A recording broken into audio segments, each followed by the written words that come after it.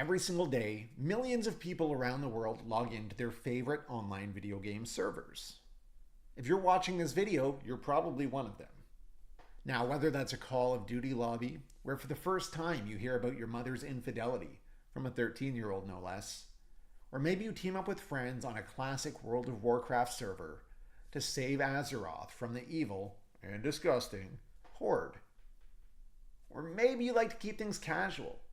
Maybe it's a GTA 5 server that does it for you, where you roleplay as a stable person who keeps a 9-to-5 job and who likes to steal cars and beat up prostitutes in their spare time. Whether you come seeking adventure, story, or connection, one thing is absolutely certain. You can never guarantee who's going to be on the other side. In tonight's episode, we have two stories showing the great good that can be done from online connection and also the horrible, horrible evil. Before we get into that, if you're a fan of strange but true stories, please consider slapping that subscribe button like it owes you money, because that's all we do and we upload 2 videos per week. So let's get into today's stories. Carolyn Jackson and her husband are at home one night watching TV in Widnes, England.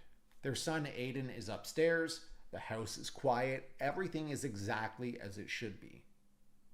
But then all of a sudden, 2 police cars show up outside the Jackson residence. And Carolyn, her first thought is, those are not here for us, probably something to do with the neighbors or maybe some neighborhood kids just getting into trouble. But that illusion was shattered when, like a bunch of angry trick-or-treaters, the police started hammering on the door. Now, like anyone, you're at home, you're comfortable, you're watching your favorite show. That's going to get you up off the couch right away. It's going to get your blood pumping, fight or flight. So Carolyn jumps up, she goes over to the door, she answers it, and the police let her know that we are here for a call about an unresponsive male. Carolyn says, that's not us. We didn't make any phone calls. You must have the wrong house. And the police let Carolyn know that the phone call actually came from Texas in the United States, which is over 5,000 miles away from Widnes, England. Now, immediately, Carolyn puts 2 and 2 together. She hasn't seen or heard from her son, 17-year-old Aiden, in a little while, and she runs upstairs. There, she finds Aiden disoriented, not quite unresponsive, but clearly something is wrong. Now we're going to take a jet all the way across the world to Texas. A woman who goes by the name of Raven was playing an online video game. She was playing with Aiden, and when she put her headset on, what she noticed were the sounds that she could only describe of someone who was having a seizure. So she didn't know the emergency phone number for the police in Cheshire, but she was able to find the non-emergency phone number. So with some quick thinking, she made a phone call, contacted the local authorities, and it turns out that she'd actually been gaming with Aiden for a long time. So she had his home address. Maybe they had exchanged gifts or something in the past. So she is the one who prompted the police to show up at the Jackson residence and subsequently get Aiden the treatment that he needed. From this event, they would discover that Aiden is epileptic, and had Raven not made that phone call that night, there's a chance that Aiden's parents would have discovered something much, much worse when they eventually did go to check in on their son. And if that's not good news enough, Aiden was actually kind of like a pillar in his community. Just a young kid, but already doing a lot of good. He had, for example, raised enough money to buy 125 defibrillators for the health services in the Cheshire area. Shortly after the incident, he was flown to New York, where he appeared on television, and he got to meet Raven for the first time. Now, in this case, giving your address to a stranger online, well, it worked out. It saved Aiden's life. But as you're going to find out, it's not always advisable to meet up with your online pals. This next story is going to take us down a dark, twisted road, and we're going to see what happens when 2 online friends connect in real life.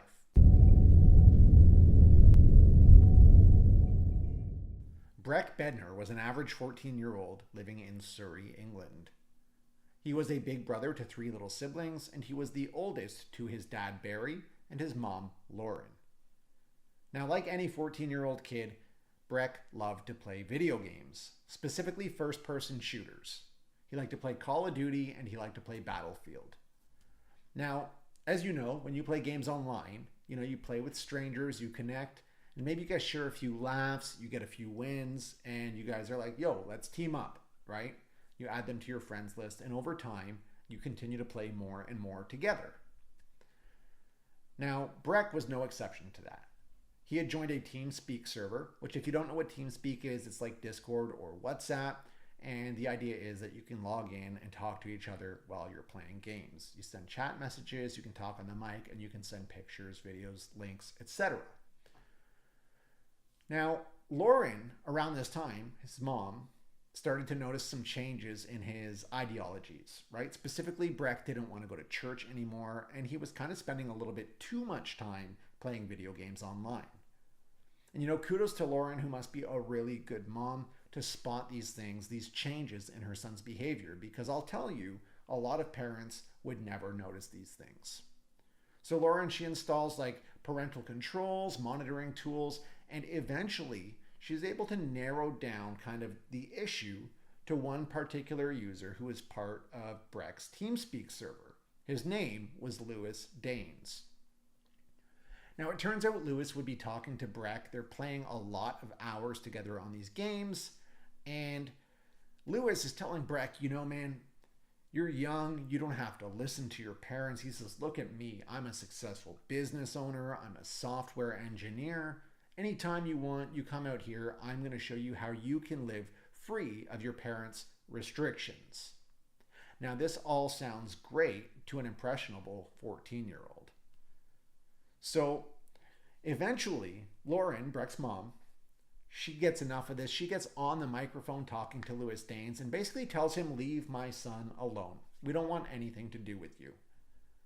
Now, following that call, she was left feeling even more disturbed, so she actually filed a police report. Now, this was on December 17th, 2013. She called the Surrey police. She said, my son is being groomed online. I need your help in dealing with this. The perpetrator's name is Lewis Daynes. Now, the police, while they might have taken the report, taken some names, they didn't really take the request seriously, nor did they follow up on it. This is going to be really problematic. Exactly 3 months after Breck's mom made that phone call to the Surrey police, Breck said that he was going to go visit a friend in a nearby neighborhood. But he was actually lying to his parents. What Breck really had planned was he was going to take transit 50 or so miles to go meet Lewis Daynes in Essex. Now, they only realized that something was wrong because Breck was supposed to spend the weekend with his father. Barry tried reaching him and he was unable to. It turns out that when Breck had arrived at Lewis's flat in Essex, Lewis had something monstrous planned.